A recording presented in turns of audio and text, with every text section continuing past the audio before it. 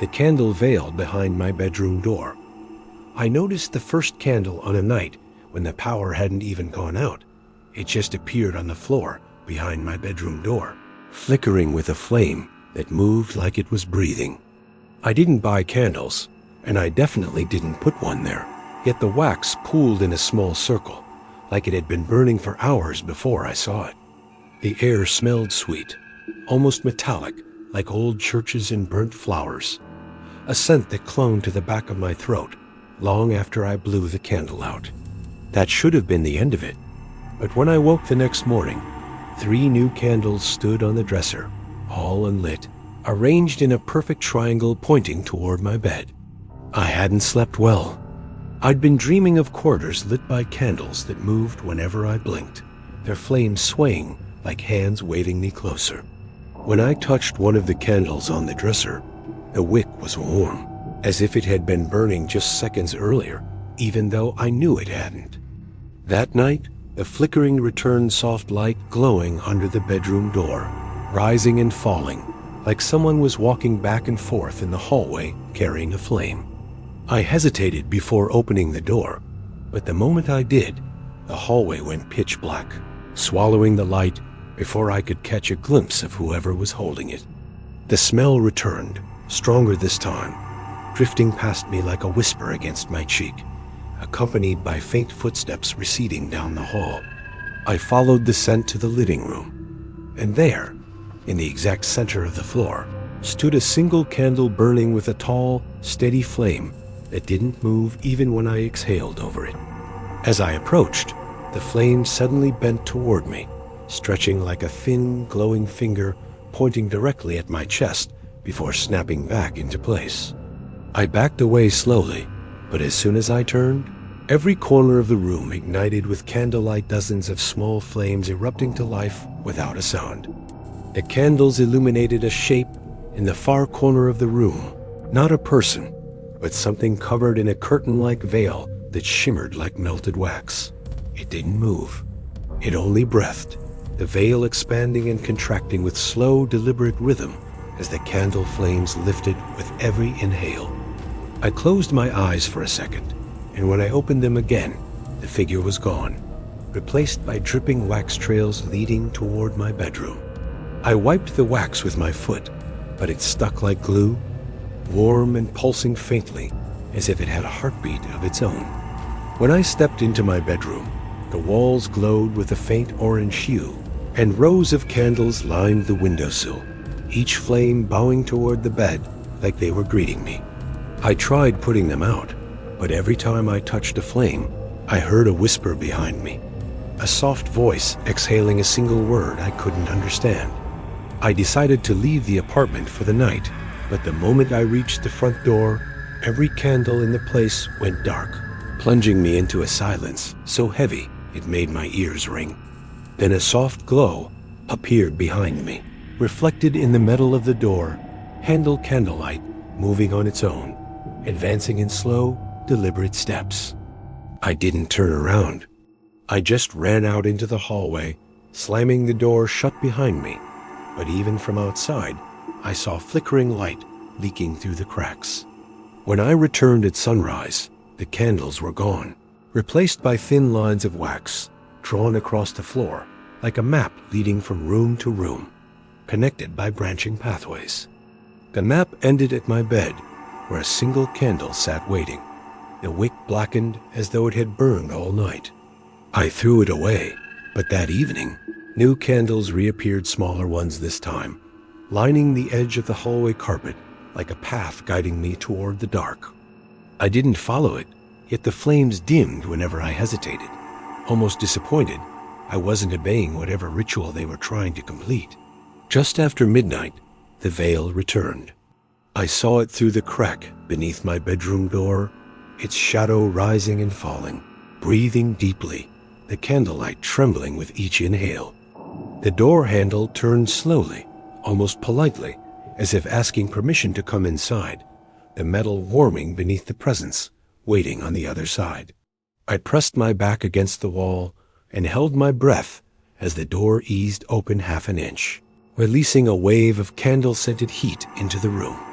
Through the gap, I saw the faint outline of a face behind the veil, features shifting like melted wax, trying to remember where eyes and a mouth were supposed to be.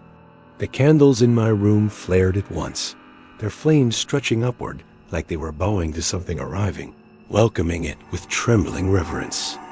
I shut my eyes, but the light pulsed through my eyelids, bright and rhythmic like a heartbeat syncing with my own. When I opened them again, the room was dark, but the smell lingered, heavy and expectant, and a single unlit candle sat in my lap, as if placed there gently while I was frozen in fear. I haven't lit it. I'm afraid to. But sometimes, late at night, I feel warm breath through the bedroom door, and I hear the soft whisper of candle flames rising, waiting for me to strike the match and finally let the candle veil in. The doorstep killers outside my building. I first heard the knock at 3:17 a.m., a soft, deliberate tap against my apartment door that didn't sound like anyone I knew, more like someone testing how thin the wood really was. I waited for a second knock, but instead, there was breathing slow, steady, exhaling through the crack beneath the door, like whoever stood there was trying to smell the room. When I looked through the peephole, the hallway was empty, but my door was slightly open, just enough for a sliver of cold hallway air to seep in across my bare feet. I never leave the door unlocked. I never leave it open. Yet the gap was there, narrow and intentional, like someone wanted me to know I'd been inside. When I pushed it shut, something scratched the bottom of the door from the hallway side lightly at first, then harder, dragging slowly across the wood like a nail drawing a line. I stepped back and felt the same cold draft pooling around my ankles, cold enough to sting, and for a moment I thought someone was crouched just outside, waiting for me to kneel down and look. The scratching stopped, and the peephole went completely dark, as if someone had pressed their face against it, smothering the glass with skin or cloth. I didn't check. I just locked every deadbolt I had, but even as I walked away, I felt the shadow of someone standing there, breathing their fog into the tiny circle of glass. The next morning, the door was open again, just barely like a whisper, inviting itself inside without asking. On the floor, just beyond the threshold, lay a strip of torn fabric, deep red like it had been dragged through mud or something thicker, folded neatly like a calling card. I threw it out and checked the hallway, but the building was quiet, though I noticed other doors cracked open on my floor, all of them tilted at the exact same angle as mine. That night, the knocking returned, only softer, as if whoever stood there knew I was listening with my ear to the door, knew exactly how much sound to make to keep me curious. I held my breath and heard the faint clicking of a camera shutter one single snap, then silence, like they'd just taken a picture of me through the door. When I looked out the peephole, the hallway swayed in and out of focus, like something had smeared across the lens, leaving behind a blurry impression of a face that wasn't mine. I wiped the glass clean, but a moment later it darkened again, this time with the faint outline of a hand pressed against it, fingers spread too far apart to be normal. I backed away slowly, and the hand slid downward across the door, leaving a long, greasy trail that dripped onto the floor like melted plastic.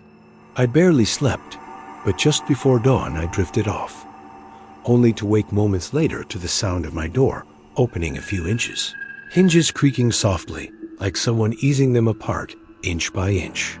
When I got to the door, the hallway reeked of damp soil and cold iron, and a fresh footprint there, long, strange, was stamped right on my welcome mat facing inward.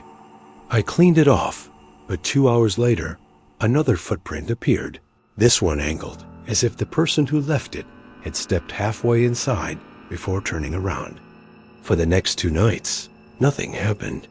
No knocks, no breathing, nothing but an unnerving quiet that felt staged, like the pause before something bigger. On the 3rd night, I woke to the faint sound of footsteps pacing the hallway, slow, measured steps that stopped directly outside my door. Then the breathing started again, but this time heavier, closer, as if someone was leaning their full weight against the door, pressing their chest to the wood to listen to my heartbeat.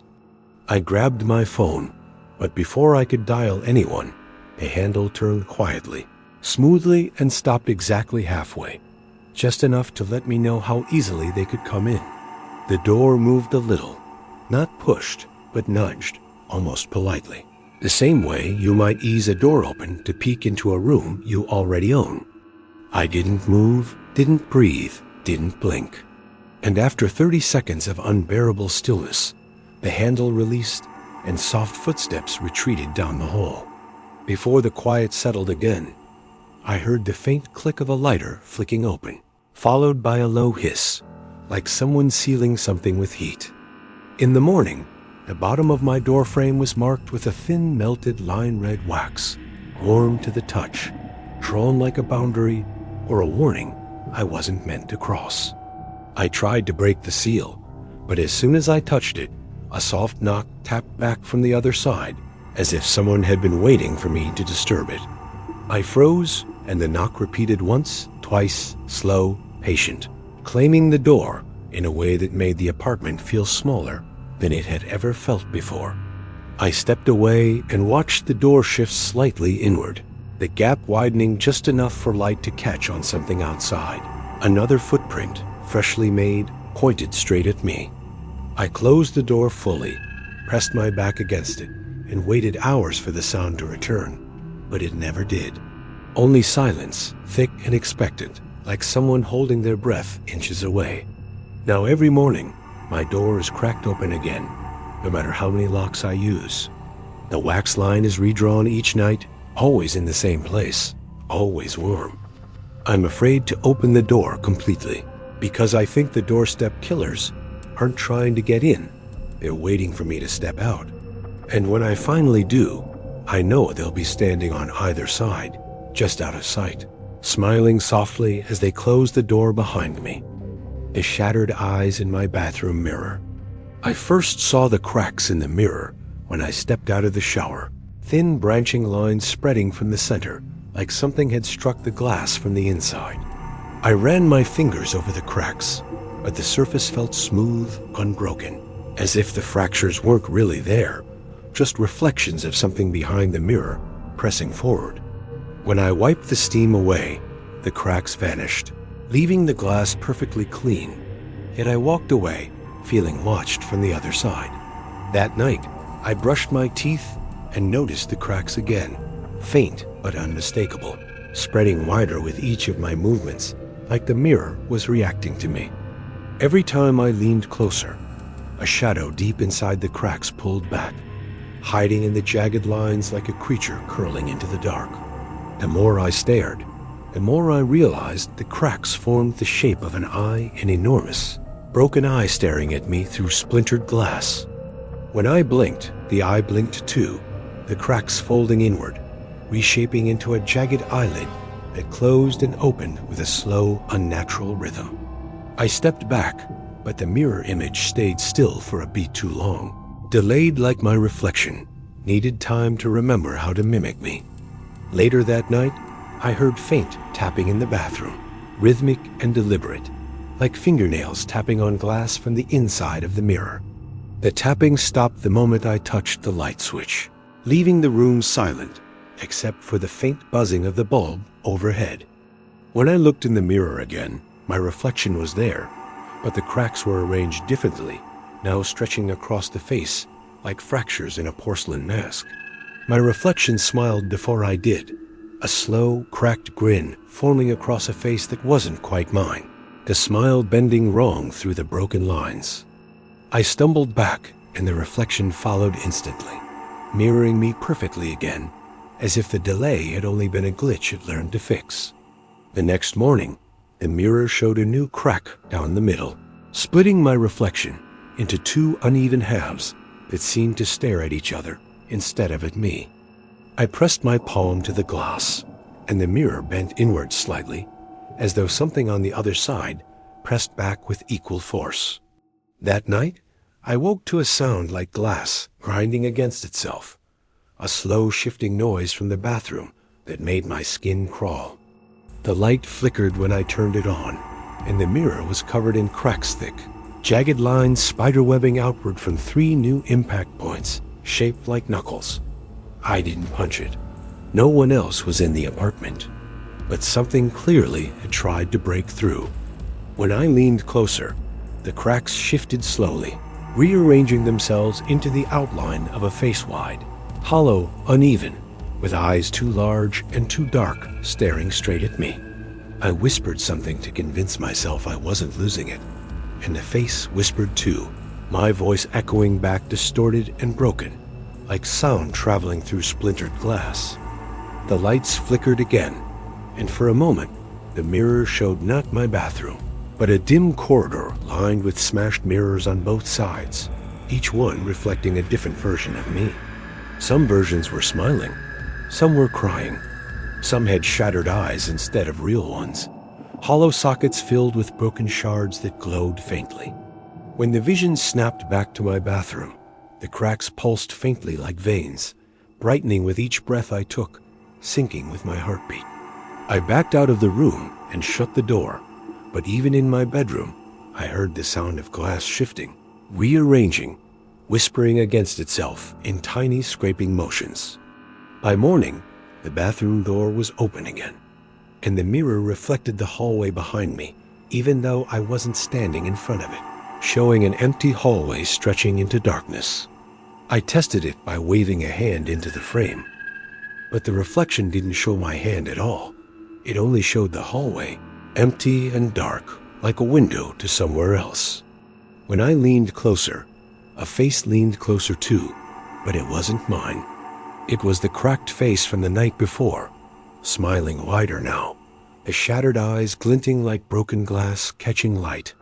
I stumbled backward, and the face remained pressed to the other side of the mirror, its fingers dragging across the glass from inside, tracing the outline of my reflection, like it was mapping me.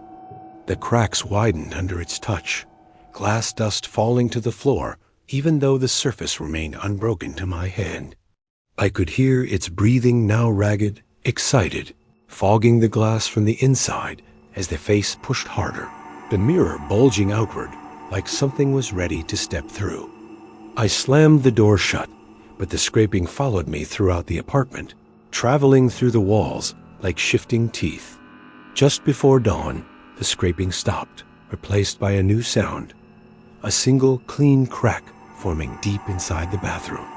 When I opened the door, the mirror was fractured entirely, thousands of tiny shards holding together only by some invisible tension, a mosaic of reflections staring in every direction.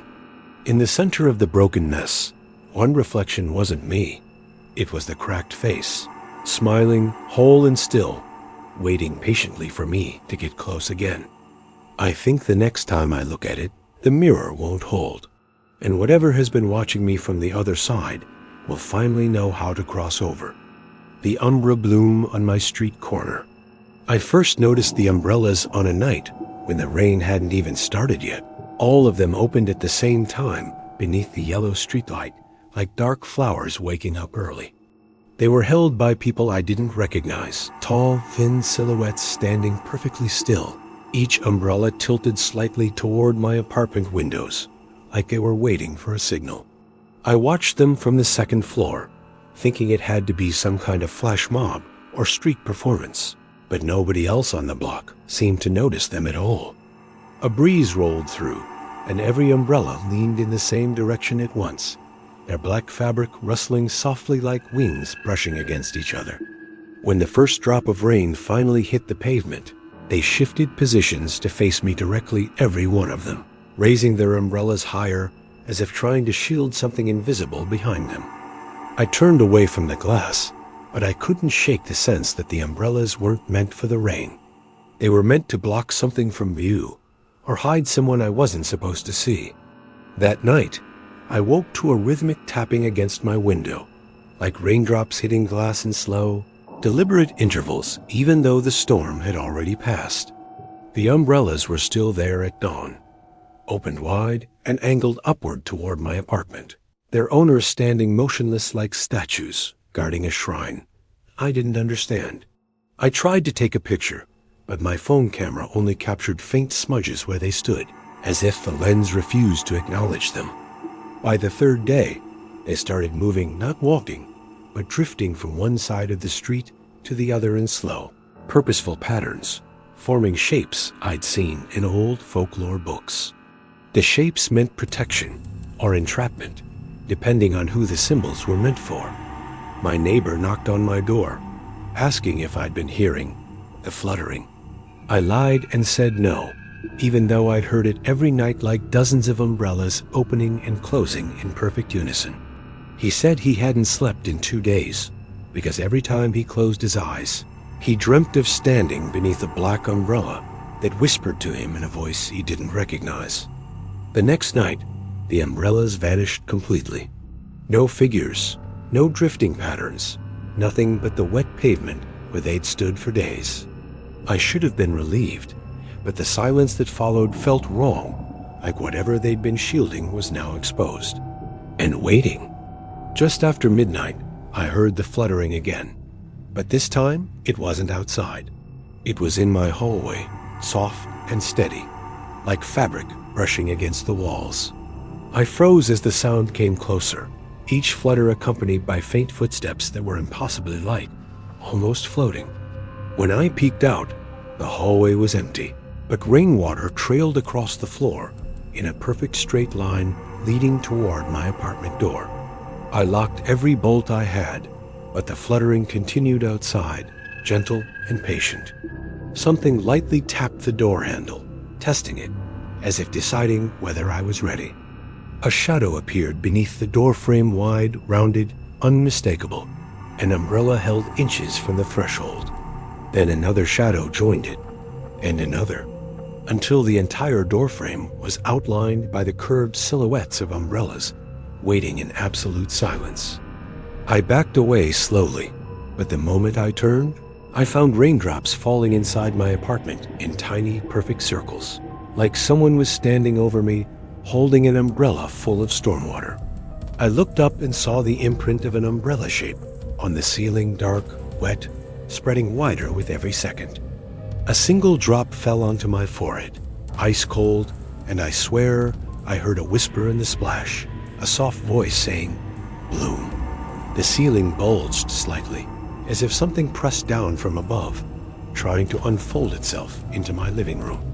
I grabbed my keys and made for the back exit, but through the kitchen window, I saw dozens of umbrellas opening in the courtyard at once, all of them turning toward me in a synchronized bloom of black.